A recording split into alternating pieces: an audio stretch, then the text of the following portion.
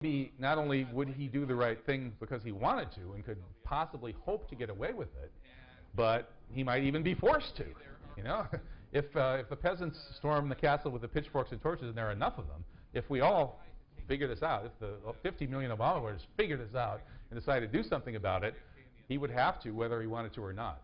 So that's at least a wildly optimistic. But it's not just Obama. I mean, it seems like we're in a record with a scratch, and we're not going to get past that scratch, no matter who the president is, as long as these larger forces will keep him from doing anything. And we need to learn about these larger forces. Yeah. And so getting the Obama voters my book is really just the start. There's all sorts of education that needs to go on, and indeed it is these larger forces of the financial powers that be, the military-industrial complex, the Bilderbergers, and so on, that we need to educate people about. People are waking up to this. The information wars are being waged at, all out across the internet. More and more people are learning about it.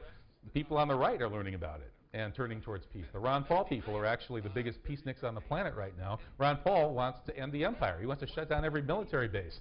Now, a lot of things you may not like about Ron Paul, you're probably right about some of them, but where's even Kucinich isn't even saying shut down every military base and bring every single U.S.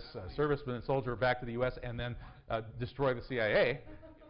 Ron Paul wants to do that, and he's on the right. So, and why? Because he and his people are waking up to this stuff. So people are waking up across the spectrum, and we just need to push it and accelerate it. And what else can we do? Well, thank you. I just want to mention one last thing. There was an article on the internet by Barry Zwicker, who attended a weekend in Boston last month or so, where on the Saturday there was a peace convention, and on Sunday there was a 9/11. And the people on Saturday didn't want any 9/11 truthers there, whereas opposite on Sunday. But the question is, if the peace movement will not accept what happened on 9/11, aren't they groundless? How can you ask for peace Short if answer you're is not yes. looking for this? All right, well, thank you. To just go add on to that, I know Carol Relay at the recent Peace March in San Francisco went to the preliminary meetings of the Answer Coalition and just asked for 2 minutes on stage to say something about 9/11 truth, and she was told she was sorry, but that would not be allowed. Right. So that's what we're up against in the 9/11 truth movement, to get that into the peace movement. I'm on the board of Sacramento Area Peace Action, as well as being a co-founder of Sacramento 9/11 Truth. We do have quite a few people on our board that are pro 9/11 Truth.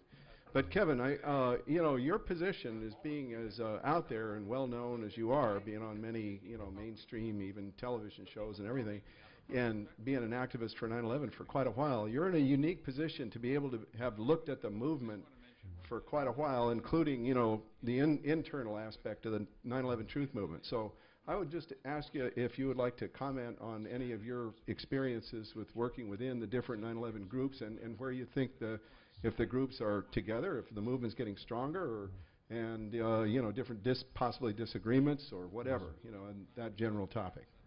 Oh boy, that could be a whole lecture in itself. Yeah. Overall, as I said on the Bill O'Reilly show, the 9/11 Truth Movement is made up of the most wonderful people that you'd ever hope to meet anywhere. It's one reason that I love doing this, going around the country and meeting people like you. You're the most interesting people in Sacramento. So here it's a wonderful gig. You guys pay my plane fare to come out here and meet you guys. So that's the big picture, and I've consistently found this over the years.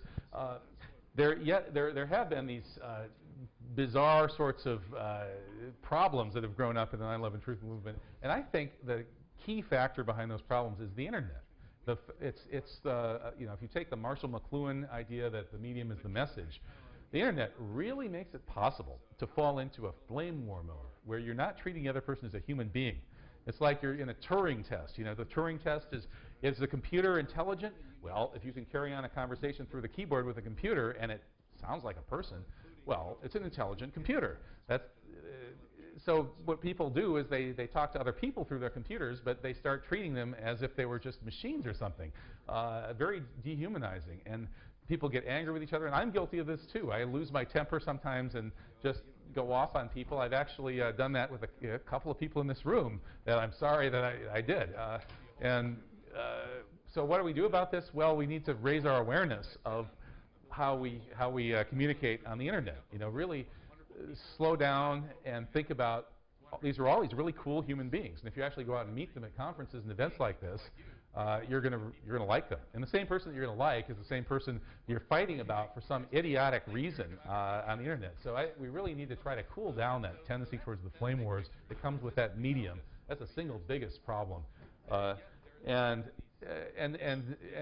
try to keep things in perspective. Usually what these fights break out about are not really earth-shaking matters, you know. It's not that important whether there are some people out there with flaky ideas, and you know, one person's flake is another person's solid citizen. You know, me being a Muslim is enough for a lot of people to think, well, white guy converted to Islam, he must be some kind of flake.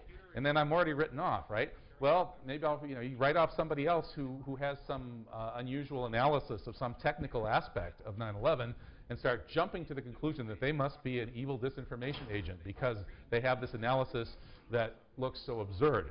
And I think we need to sort of cool down on all that stuff and instead just focus on the best stuff we have. Like here I'm kind of focusing on Building 7, even though a lot of you know this, just because in case anybody's new to this that comes here, and I'm sure some of you probably are, but also just because this is really the core of the case. So we focus on that, but we don't want to completely censor anybody with a different viewpoint. We want to hear all the viewpoints and try to strike a balance between what we think is correct and the need for allowing diversity and looking at other people as decent human beings.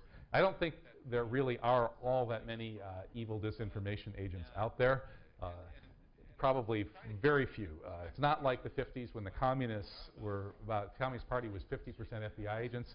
I don't think the 9/11 Truth Movement is like that. I've met a lot of 9/11 Truth people. I'd be very surprised if I've met more than just a handful at the most of agents of the state.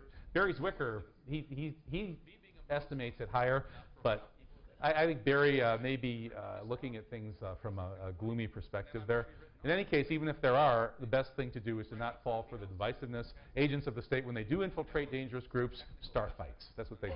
You know, the Black Panther guy here starts a fight with the Black Panther guy over there. Pretty soon they're shooting at each other, and it turns out that the two guys that started the fight were FBI. And the same thing may be true with the hardcore no plane hit the Pentagon.